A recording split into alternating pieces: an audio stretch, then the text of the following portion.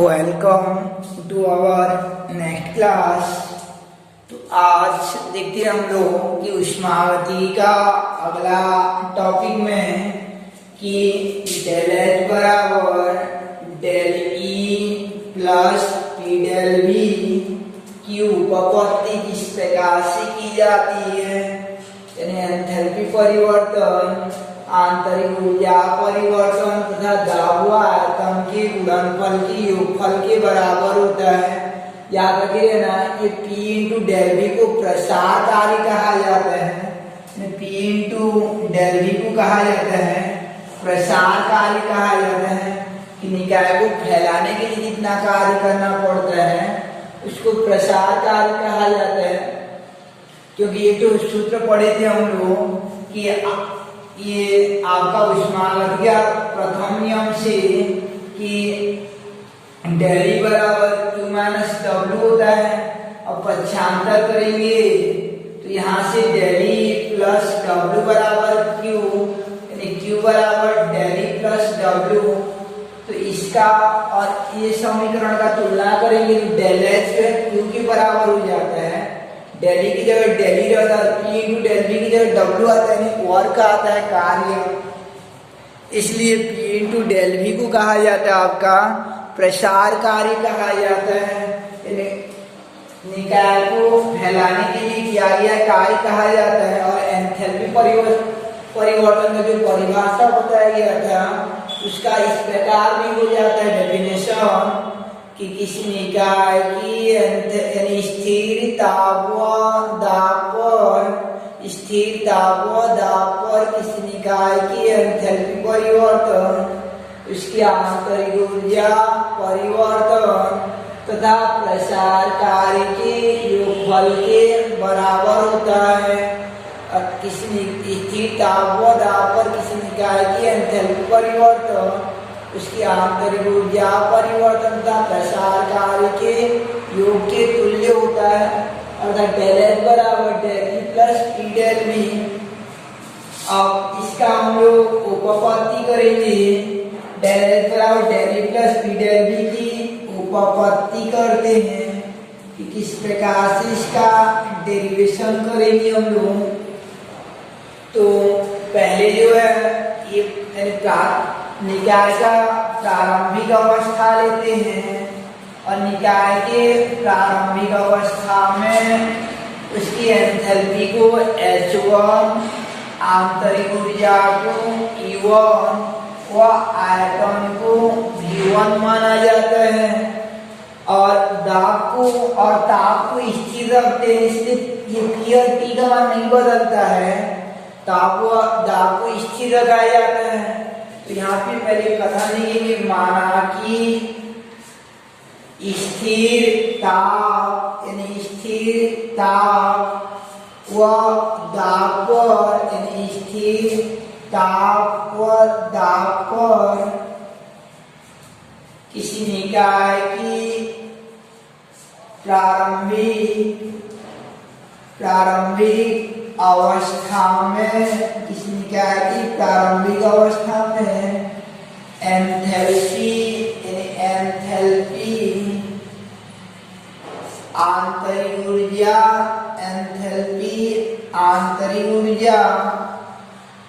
व आयतन क्रमशः एंथैल्पी को मानते हैं H1, आंतरिक ऊर्जा को E1 मानते हैं, H1 अल्पविराम E1 व आयतन को V1 मानते हैं। तो माना कि स्थिर दाब पर किसी निकाय की प्रारंभिक अवस्था में एंथैल्पी आंतरिक ऊर्जा व आयतन क्रमशः H1 E1 व V1 तथा है, तब हो जाता है आपका, क्योंकि एंथैल्पी बराबर सूत्र होता है, एंथैल्पी H बराबर सूत्र होता है आपका, H बराबर होता है E प्लस पी वी होता है, यानी H बराबर होता है आपका, H बराबर E प्लस पी वी होता है। तो H1 बराबर E1 और जो कि दाब को स्थिर रखा जाता है इसलिए दाब नहीं बदलेगा तो V1 हो जाता है। तो H1 बराबर मिल जाएगा आपको, H1 बराबर E1 प्लस E2 V1 हो जाता है। इसको इक्वेशन 1 कर देते हैं, समीकरण 1 कर देते हैं। तत्पश्चात जो है यानी इसके बाद जो है निकाय की अंतिम अवस्था पर विचार करते हैं, तब H1 बराबर E प्लस V1 हो जाता है तथा इसी ताप व दाब पर निकाय की अंतिम अवस्था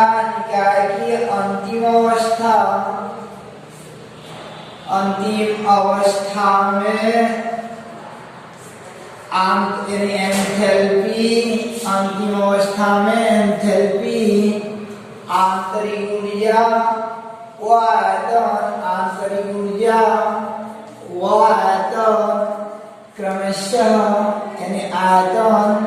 क्रमशः आपका H2 एंथैल्पी E2 व आयतन V2 हो जाती है। तो H2 बराबर आपको मिल जाएगा, H2 बराबर E2 प्लस V2 हो जाता है। इसको सेकंड इक्वेशन कर लेते हैं, समीकरण 2 कर लेते हैं। तो H1 बराबर हो जाता है आपका E प्लस PV1 और H2 बराबर हो जाता है आपका E2 प्लस PV2 हो जाता है। अब यहाँ से आपको मिल जाएगा, समीकरण 2 में 1 को माइनस कर लेते हैं। तो समीकरण 2 माइनस 1 से समीकरण 2 ऋण 1 से आपको मिल जाएगा समीकरण 2 माइनस 1 से कि H2 में ये H1 घटेगा और ये E2 में घटा आपका E1, तो E2 माइनस E1 और ये PV2 में घटेगा आपका PV1 घट जाएगा, PV2 माइनस PV1। इस प्रकार से घटाएंगे समीकरण 2 में 1 को, तो इसमें इसको घटाते हैं, या इतना में इतना को घटाओगे फिर ये बाद में सेकेंड स्टेप में ऐसा आ जाएगा E2 minus E1 plus PV2 minus PV1। अब यहाँ से हम लोग यानी हमको मिल जाएगा H2 माइनस H1 बराबर E2 माइनस E1 और इन दोनों से कॉमन निकल जाएगा V2 माइनस V1 हो जाता है।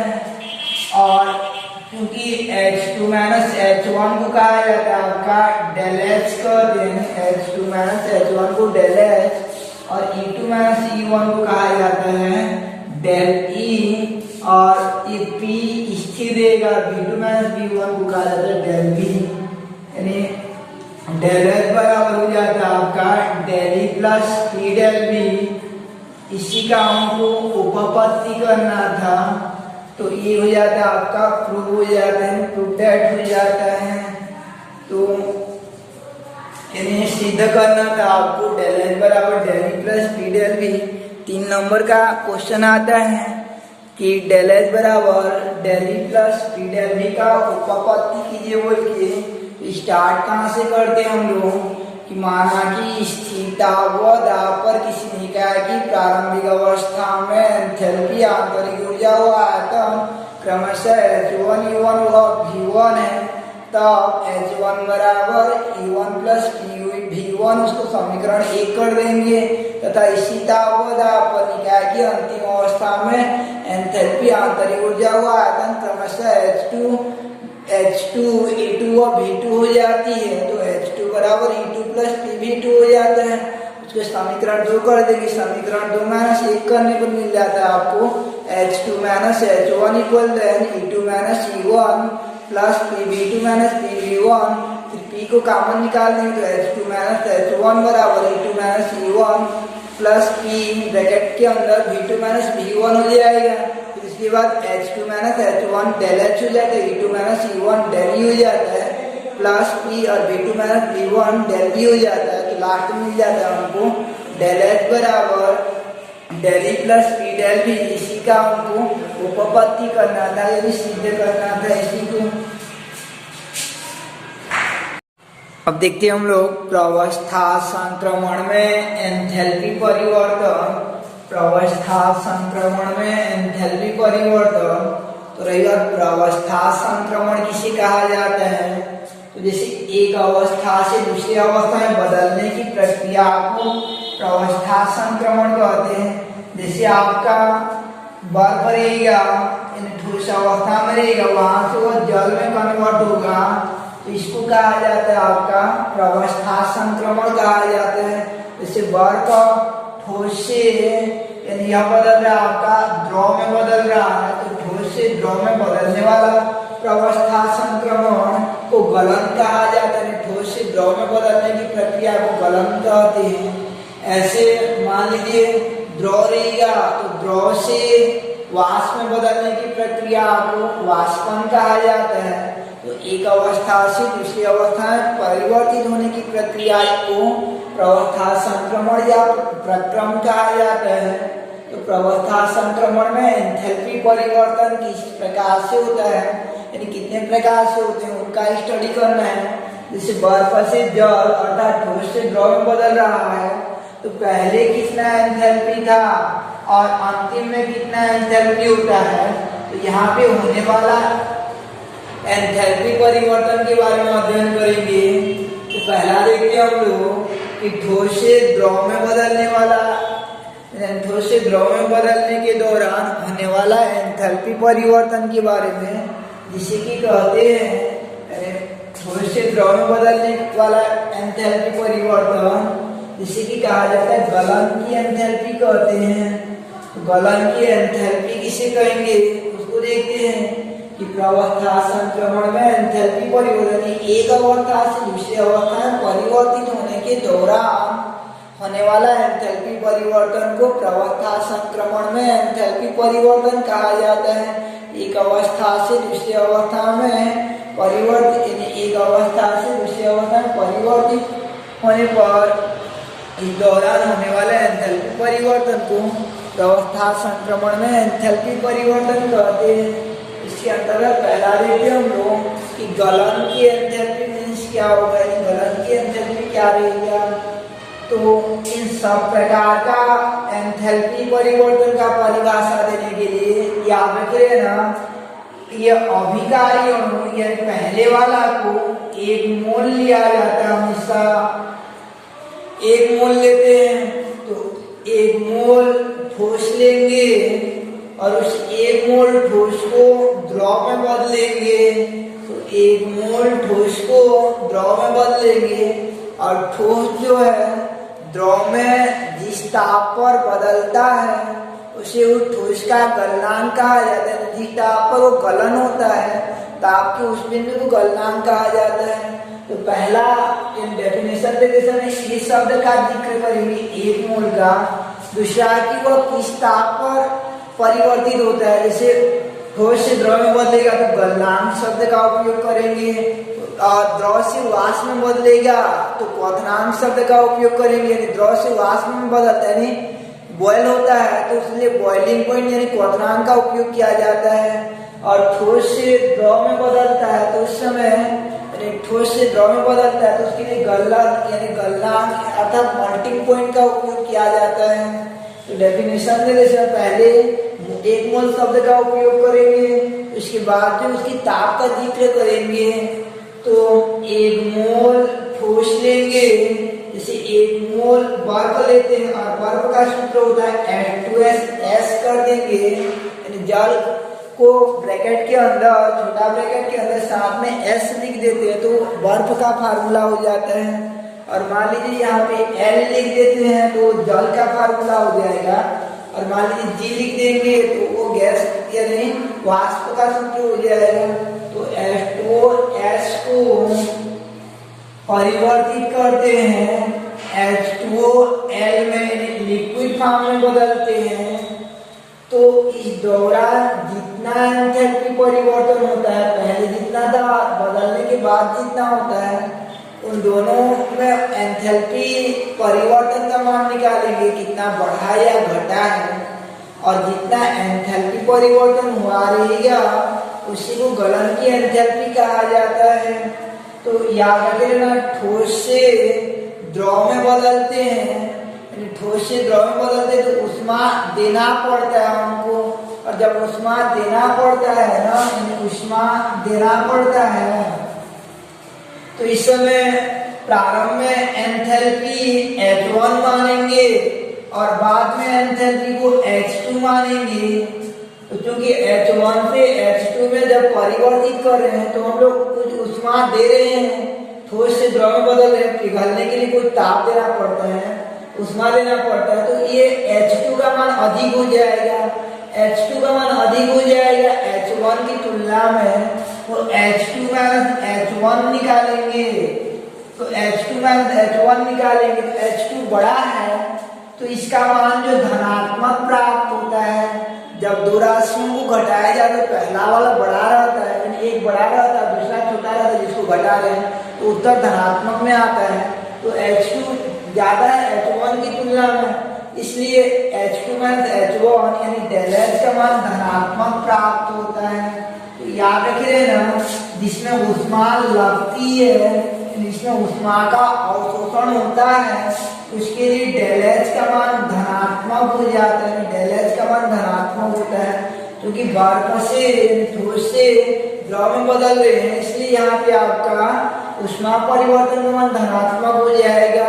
क्योंकि बाद में बढ़ जाता है तो H2 माइनस H1 निकालेंगे तो धनात्मक आता है। अब आते हैं हम लोग अपने मुख्य पॉइंट पर, डेफिनेशन पर, कि गलन की एंथैल्पी किसे कहेंगे, यानी गलन की एंथैल्पी किसे कहा जाएगा। तो पहले काम क्या रहेगा कि ये जो ठोस है इसका एक मोल लेंगे और इसको परिवर्तित करेंगे द्रव में, और किस ताप पर परिवर्तित करेंगे, उसके गलन ताप पर यानी गलनांक पर। तो इस दौरान होने वाला एंथैल्पी परिवर्तन को कहा जाता है गलन की एंथैल्पी कहते हैं। तो इस प्रकार से परिभाषा हो जाएगा गलन की एंथैल्पी का कि एक मोल ठोस को उसके गलनांक पर द्रव में परिवर्तित करने पर होने वाला एंथैल्पी परिवर्तन को गलन की एंथैल्पी कहते हैं। एक मोल ठोस को उसके गलनांक पर द्रव में परिवर्तित करने पर इस दौरान होने वाला एंथैल्पी परिवर्तन को गलन की एंथैल्पी कहते हैं। और गलन की एंथैल्पी का मान धनात्मक होता है। उसके बाद दूसरा देखते हैं वाष्पन की एंथैल्पी। तो वाष्पन की क्रिया किसमें होता है आपका, ये जल से ये वाष्प में बदलेगा, H2O गैस में बदलेगा। तो जल को जब गैस में यानी वाष्प में बदलते तो उस समय भी हमको ऊष्मा देना पड़ता है। तो जितना ऊष्मा देना पड़ता है तो उस समय जो है ये डेल H का मान धनात्मक हो जाता है। जब ऊष्मा दिया जाता है तो डेल H का मान धनात्मक हो जाता है। और इस प्रकार से डेफिनेशन हो जाएगा आपका वाष्पन की एंथैल्पी का कि एक मोल द्रव को, यहाँ पे क्वथनांक शब्द आ जाएगा, एक मोल द्रव को उसके क्वथनांक पर वाष्प में परिवर्तित करने पर होने वाला एंथैल्पी परिवर्तन को, या इस दौरान होने वाला एंथैल्पी परिवर्तन को वाष्पन की एंथैल्पी कहते हैं। एक मोल द्रव को उसके क्वथनांक पर वाष्प में परिवर्तित करने के दौरान होने वाला एंथैल्पी परिवर्तन को वाष्पन की एंथैल्पी कहते हैं। ऐसे उसके बाद होता है आपका ऊर्ध्वपातन की एंथैल्पी। तो ऊर्ध्वपातन क्रिया किसमें होता है, याद रखिए ना कि ठोस से द्रव में बदलता है तो उसको गलन कहा जाता है, द्रव से गैस में बदलता है तो उसको वाष्पन कहा जाता है। यानी ठोस से ये द्रव में बदलता है तो गलन, और इस द्रव से गैस में बदलता है तो वाष्पन कहा जाता है। लेकिन याद रखे लेना, ठोस से सीधा गैस में बदलता है तो उस क्रिया को वाष्पन कहा जाता है, उस क्रिया को वाष्पन कहते हैं। तो जैसे आयोडीन ठोस अवस्था में रहता है और इसको गर्म करेंगे तो ये सीधा गैसीय अवस्था में बदल जाता है। तो ठोस से गैस बदल रहे तो इस समय भी ऊष्मा देना पड़ता है, तो डेलेट का मान इसके लिए भी धनात्मक हो जाता है। और यह ऊर्ध्वपातन क्रिया जिस ताप पर होती है उसका कोई विशेष नाम नहीं है, जैसे गलनांक क्वथनांक होता है ऊपर वाला में, ऐसा इसमें विशेष नाम नहीं है। इसलिए इसमें जो है शब्द का उपयोग किया जाता है, ऊर्ध्वपातन ताप का उपयोग किया जाता है। इस प्रकार से डेफिनेशन हो जाएगा आपका कि एक मोल ठोस को उसके ऊर्ध्वपातन ताप पर गैसीय अवस्था में परिवर्तित करने के दौरान होने वाला एंथैल्पी परिवर्तन को ऊर्ध्वपातन की एंथैल्पी कहते हैं। एक मोल ठोस को उसके ऊर्ध्वपातन ताप पर गैसीय अवस्था में परिवर्तित करने के दौरान होने वाला एंथैल्पी परिवर्तन को ऊर्ध्वपातन की एंथैल्पी कहते हैं। अब देखते हैं हम लोग कि नेक्स्ट जो है आपका दहन की एंथैल्पी किसे कहा जाता है। तो दहन का अर्थ होता है, याद रखिए ना, जलाना या ऑक्सीकरण करवाना। यानी जलाना कहा जाए या ऑक्सीकरण कहा जाए या ऑक्सीजन से क्रिया कराना कहा जाए, तो ये सब जो है आपका यानी दहन क्रिया होती है। ऑक्सीकरण कहा जाए या ऑक्सीजन से क्रिया कहा जाए या जलाना कहा जाए, सब जो दहन क्रिया कहा जाए सबको दहन कहते हैं। दहन मीन्स होता है आपका जलाना या ऑक्सीजन से क्रिया कराना या ऑक्सीकरण करवाना। तो इसके लिए एक मोल ठोस पदार्थ यानी एक मोल पदार्थ लेते हैं, जैसे कार्बन है, और उसको ऑक्सीजन की उपस्थिति में पूर्णतः दहन करवाते हैं, पूर्णतः जलाते हैं। तो यानी ऑक्सीजन की उपस्थिति में पूर्णतः जलाते हैं। तो इस दौरान जो है जब कार्बन को जलाया जाता है तो ऊर्जा मुक्त हो जाती है, और जैसे या हाइड्रोकार्बन को जलाया जाता है तो ऊर्जा मुक्त होती है। किसी को जलाने पर याद रखिए ना, ऊर्जा मुक्त होती है और उस ऊर्जा का उपयोग जो विभिन्न प्रकार से किया जाता है। यहाँ पे जब ऊर्जा मुक्त हो जाती है तो ऊष्मा जो आपका मुक्त होती है तो डेल एच का साइन जो नेगेटिव में आ जाता है, डेल एच का वैल्यू जो है नेगेटिव में आ जाता है। तो डेफिनेशन क्या हो जाएगा कि एक मोल पदार्थ को क्या करेंगे, ऑक्सीजन की उपस्थिति में पूर्णतः दहन कराते हैं, यानी जलाते हैं पूर्ण रूपेण में। तो पूर्ण रूपेण जलाया जाता है तो होने वाला एंथैल्पी परिवर्तन को दहन की एंथैल्पी कहते हैं। कि एक मोल पदार्थ को ऑक्सीजन की उपस्थिति में, एक मोल पदार्थ को ऑक्सीजन की उपस्थिति में पूर्णतः दहन कराने पर इस दौरान होने वाला एंथैल्पी परिवर्तन को दहन की एंथैल्पी कहते हैं। इसका मान ऋणात्मक होता है। एक मोल पदार्थ को ऑक्सीजन की उपस्थिति में पूर्णतः दहन कराने पर होने वाला एंथैल्पी परिवर्तन को, इस दौरान होने वाला एंथैल्पी परिवर्तन को कहते हैं दहन की एंथैल्पी कहते हैं। अब देखते हैं संभवन की एंथैल्पी लास्ट में जो है। तो संभवन की एंथैल्पी का अर्थ होता है, याद रखिए ना, जैसे 2H2 और O2 इनको क्रिया करवाकर 2H2 बनाते हैं। तो H2 और O2 का संयोग करके 2H2 बनाते हैं। जब भी ऐसा जलाना वाला अभिक्रिया होता है या ऐसा योगात्मक अभिक्रिया होता है तो हमेशा याद रखना, योगात्मक अभिक्रिया में जो है ऊष्मा मुक्त होती है, डेल एच का मान जो है ऋणात्मक होता है।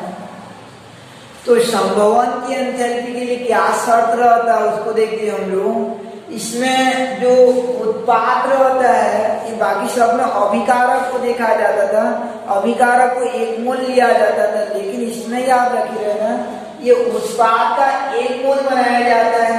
तो उत्पाद का एक मोल बनाने के लिए सब में जो 2 का भाग देना पड़ता है, सब में क्या करना पड़ता है 2 का भाग देना पड़ता है। तो ये क्या हो जाएगा आपका, ये 2 कट जाएगा, ये 1/2 का ये 2 कट जाएगा। तो इसमें एक विशेष शर्त रहती है या बाध्यता रहती है कि उत्पाद का केवल 1 मोल बनाया जाता है, उत्पाद का यानी प्रोडक्ट का ओनली 1 मोल को ही प्रोड्यूस किया जाता है, यानी बनाया जाता है। तो इस कंडीशन में जितना एंथैल्पी में चेंजेस होता है उसे फॉर्मेशन की एंथैल्पी यानी संभवन की एंथैल्पी कहते हैं। इसका डेफिनेशन हो जाएगा आपका कि अभिकारी अणुओं द्वारा यानी अभिकारी अणुओं द्वारा उत्पाद का 1 मोल बनाएंगे। तो अभिकारी अणुओं द्वारा उत्पाद का 1 मोल बनाने पर इस दौरान होने वाला एंथैल्पी परिवर्तन को संभवन की एंथैल्पी कहते हैं। अभिकारी अणुओं द्वारा उत्पाद का 1 मोल बनाने पर, अभिकारी अणुओं द्वारा उत्पाद का 1 मोल बनाने पर होने वाला एंथैल्पी परिवर्तन को या इस दौरान होने वाला एंथैल्पी परिवर्तन को संभवन की एंथैल्पी कहते हैं। इस प्रकार आप स्टडी किए लोग कि विभिन्न प्रकार के संभवन की एंथैल्पियां, जिनमें से पहला था आपका कि वाष्पन की एंथैल्पी मीन्स 1 मोल, पहले जो आपका गलन की एंथैल्पी की 1 मोल ठोस को उसके गलनांक पर द्रवावस्था में परिवर्तित करने पर होने वाला एंथैल्पी परिवर्तन को गलन की एंथैल्पी कहते हैं, इसमें दूसरा में है। और वाष्पन की एंथैल्पी में द्रव से वाष्प में बदलेंगे, फिर ऊर्ध्वपातन ठोस से सीधा गैस में, फिर आपका दहन यानी 1 मोल ठोस या 1 मोल पदार्थ को ऑक्सीजन द्वारा पूर्णतः दहन कराने पर होने वाला एंथैल्पी परिवर्तन को दहन की एंथैल्पी कहते हैं। और लास्ट में देखे थे हम लोग संभवन की एंथैल्पी देखे थे। तो इस संभवन की एंथैल्पी मीन्स क्या था, अभिकारी अणुओं द्वारा 1 मोल उत्पाद बनाने पर होने वाला एंथैल्पी परिवर्तन को संभवन की एंथैल्पी कहते हैं।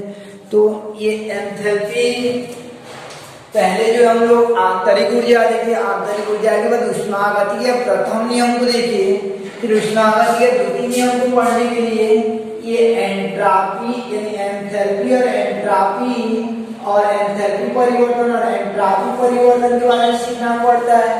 तो यहाँ पे एंथैल्पी व एंथैल्पी परिवर्तन फिनिश होता है। कल देखेंगे हम लोग एंट्रापी व एंट्रापी परिवर्तन, तदुपरांत सेकेंड लॉ ऑफ थर्मोडायनेमिक्स का यानी उष्मागति के द्वितीय नियम को।